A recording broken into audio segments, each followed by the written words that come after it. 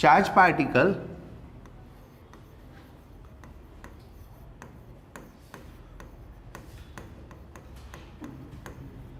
in combined electric and magnetic field.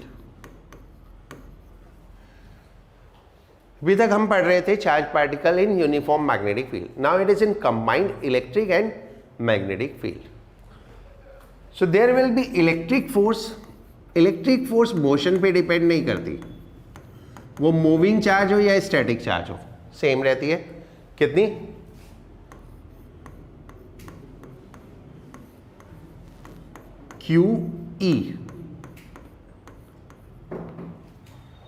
QE in direction of electric field when charge is positive and opposite to electric field when charge is negative.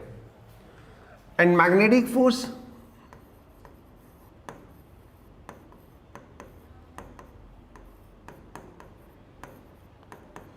Q V cross B. तो total force कितनी हो गई? या net force sum of the two, electric plus magnetic. So that is Q E plus V cross B. This force is named as Lorentz force. What we say is Lorentz force.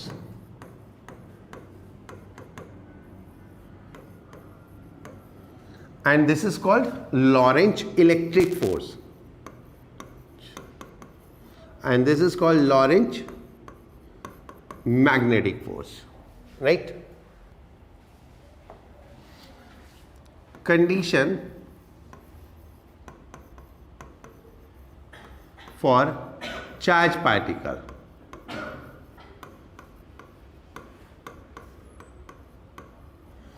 to pass undeviated. Undeviated means without any deflection, यानी net force 0. So net force is equal to 0. That is when sum of electric and magnetic force is 0.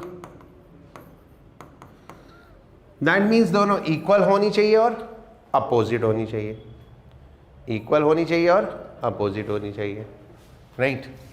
So now then FE should be equal to minus of FB. Okay. इसको vector format में देखो, इसको vector format में FE is QE and this is minus Q V cross B. Q cancel हो गया, तो E should be equal to minus V cross B. Cross product का जो रिजल्ट होता है वो उसके परपेंडिकुलर होता है. क्रॉस प्रोडक्ट का जो रिजल्ट होता है वो क्या होता है? उसके परपेंडिकुलर होता है. सो दिस इज पॉसिबल कब? कब पॉसिबल होगा? राइट, ये कब पॉसिबल होगा? When E is perpendicular to B and E is perpendicular to V. Right? जब इलेक्ट्रिक फील्ड स्पीड, वेलोसिटी और मैग्नेटिक फील्ड दोनों के परपेंडिकुलर हो. Correct? So finally we derive, we reach to a condition that, what is the condition?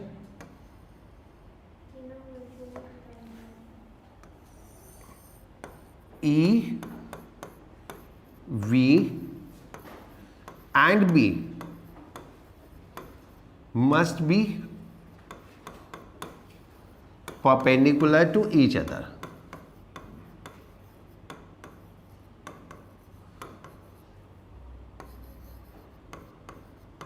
एक दूसरे के perpendicular होने चाहिए, ठीक है। सो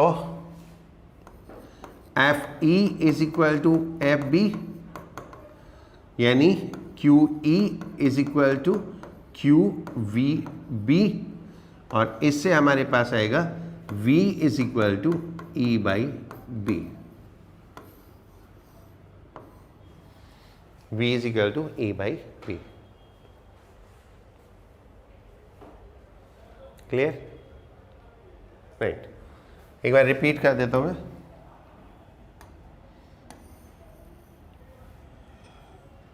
ये इलेक्ट्रिक फोर्स क्यू ई, ये magnetic force Q V B. अब दोनों फील्ड है तो टोटल फोर्स इसके बराबर हो गई। What we want? Undeviated. Undeviated means net force zero होना चाहिए। नेट फोर्स जीरो होने के लिए ये इलेक्ट्रिक और मैग्नेटिक फील्ड क्या होना चाहिए? एक दूसरे के, ये electric and magnetic field force क्या होनी चाहिए? एक दूसरे के अपोजिट होनी चाहिए, right.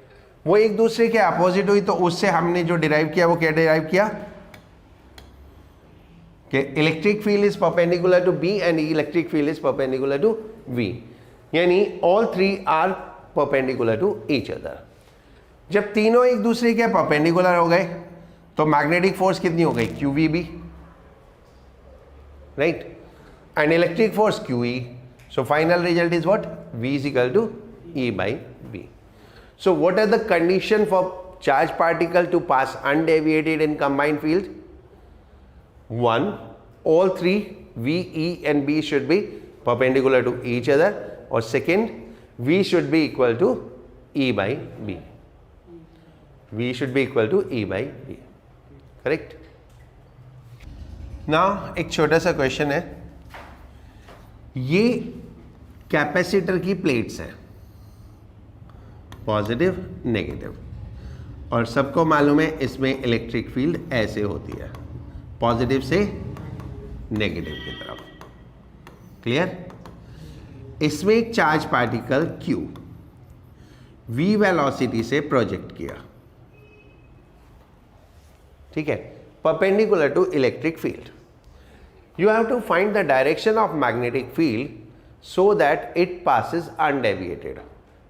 What should be the direction of magnetic field कि ये अनडेविएटेड पास हो? क्या डायरेक्शन होनी चाहिए? बोलो। अब देखो दो डायरेक्शन तो इसमें आ गई, up down and left right. अब बचा क्या? Inward and outward. तो या तो इनवर्ड होगी या आउटवर्ड होगी। अब वो आपको कैलकुलेट करनी है। कैसे कैलकुलेट करेंगे? पहले इस पे देखो इलेक्ट्रिक फोर्स किधर है, ये इलेक्ट्रिक फोर्स है, तो मैग्नेटिक फोर्स किधर होना चाहिए? अपोजिट। ये मैग्नेटिक फोर्स होना चाहिए। अब Fleming's left hand rule, this is F, this is F, this is V, तो ये फर्स्ट फिंगर किधर को है? Inward. So magnetic field is inward. So magnetic field should be inward, right. इस तरह से हम डायरेक्शन निकालेंगे। अगर हमें एक की डायरेक्शन दी हो तो दूसरे की हम कैलकुलेट कर सकते हैं, राइट। अगर यही सेम क्वेश्चन में ये नेगेटिव चार्ज होता तो क्या होता?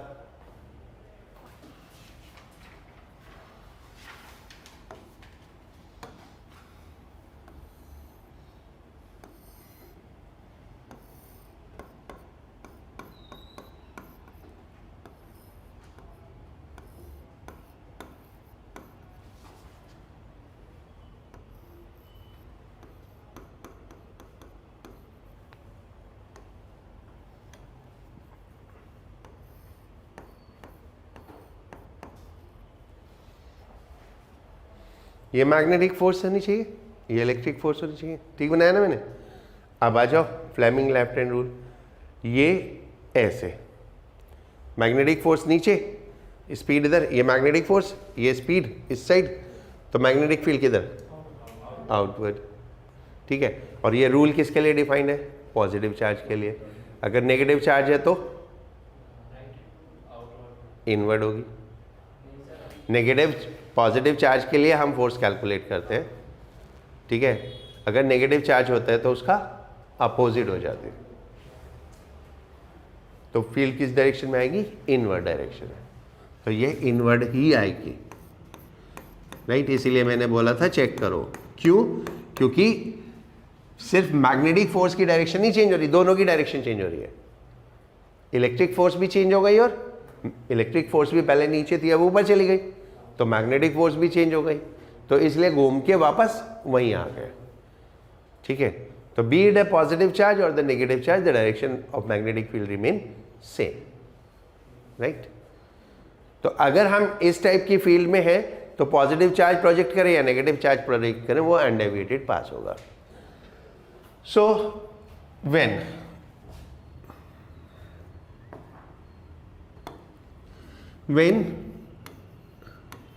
E perpendicular to B, it's called cross field. What we say? Cross field. Cross field means both the fields are perpendicular to each other, cross करते हुए। That is what, एक ऐसे है तो एक ऐसे है, तो क्रॉस बनाते हुए। So इसको हम क्रॉस फील्ड बोलते हैं। इस फिनोमेना का एक एप्लीकेशन होता है, that is called velocity selector. Velocity selector ये एक डिवाइस है जो साइंटिस्ट एक्सपेरिमेंट पर्पस के लिए यूज करते हैं। जैसे रदरफोर्ड को एक्सपेरिमेंट करना था अल्फा पार्टिकल्स का, स्कैटरिंग का, तो अल्फा पार्टिकल पॉजिटिवली चार्ज, उसको एक पर्टिकुलर स्पीड पे उन पार्टिकल्स को भेजना है, तो वो क्या करता है? उसको एनर्जाइज करता है। लेकिन कुछ पार्टिकल ज़्यादा एनर्जाइज हो गए, कुछ कम एनर्जाइज हो गए, तो हर तरह के पार्टिकल हैं जो उतनी एनर्जी वाले भी हैं, कम वाले भी हैं और ज़्यादा वाले भी हैं, लेकिन उसे तो स्पेसिफिक एनर्जी वाले चाहिए। तो वो क्या करेगा? वेलोसिटी सेलेक्टर डिवाइस से पास कराएगा, और वेलोसिटी सेलेक्टर डिवाइस के बाद वही पार्टिकल मिलेंगे जो सेम वेलोसिटी के होंगे, बाकी सारे डिवाइस रिजेक्ट कर देगी, ठीक है। हाउ दिस वर्क, कैसे काम करता है ये देखो। हम इसी को ले लेते हैं, ये इनवर्ड फील्ड है और ये इलेक्ट्रिक फील्ड डाउनवर्ड है, ठीक है। तो मान लो V should be equal to, मान लो V should be equal to 10 to the power 2 चाहिए, मान लो।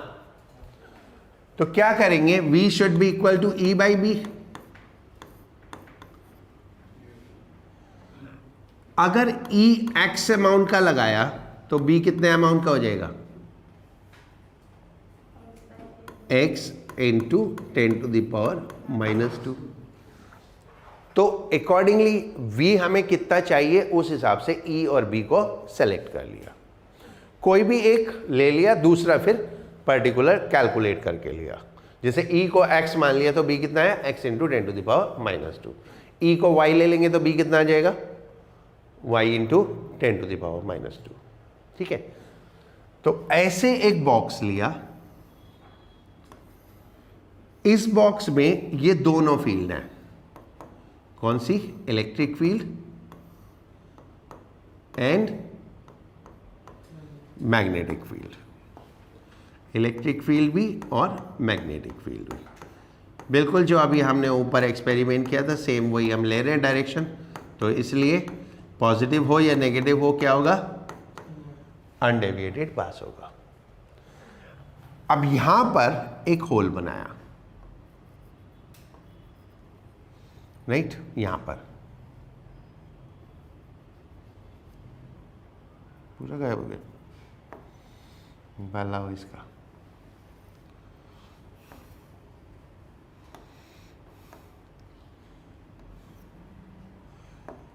यहां पर एक ऐसे होल बनाया, ठीक है। सेम ऐसे ही यहां पर एक होल बनाया, ऐसे इसके ठीक सामने, बहुत छोटा सा, इसके ठीक सामने, right.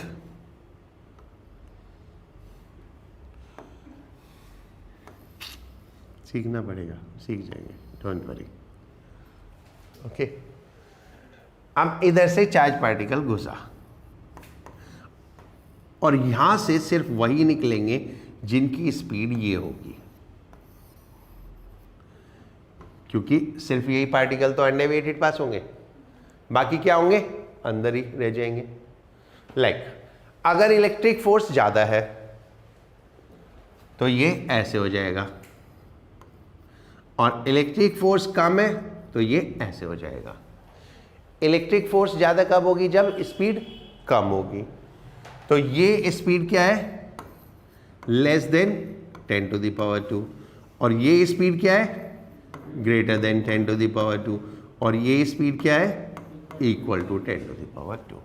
So that is this kind of device.